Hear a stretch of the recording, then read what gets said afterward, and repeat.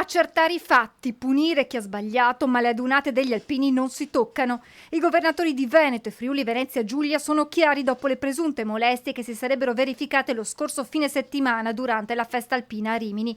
Episodi che hanno portato ad una petizione online per chiedere la sospensione per 2 anni delle adunate. Io non la firmerò e non deve neanche passare il concetto che se uno non firma è a favore dei fatti che sono accaduti, perché quei fatti vanno condannati, sono gravissimi, ma da qui a dire che si chiude una manifestazione come questa è come se lo facessimo per un concerto piuttosto che per altre iniziative.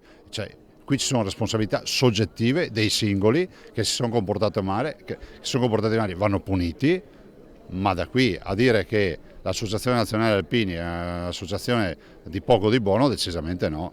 Anche il collega del Friuli Venezia Giulia, Fedriga, difende le adunate e quello che rappresentano le penne nere.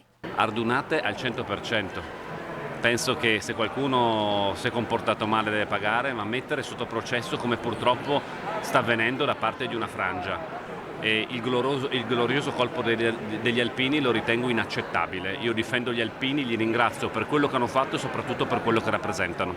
Adunate che non si toccano nemmeno per il presidente Zaia, che ribadisce non si deve generalizzare, la mela marcia deve pagare. Ci sarà quella di Udine, ma poi abbiamo 2 candidature in Veneto, ovvero Vicenza e poi anche Verona, io spero. Avremo l'interregionale ad Asiago. Io direi che la generalizzazione non fa bene a nessuno, è giusto che si identifichino i responsabili e la si chiuda velocemente, dopodiché mettere in croce tutta la dunata agli alpini decisamente no. Io gli alpini li conosco per la solidarietà, per la compassione, per la voglia di fare per la comunità,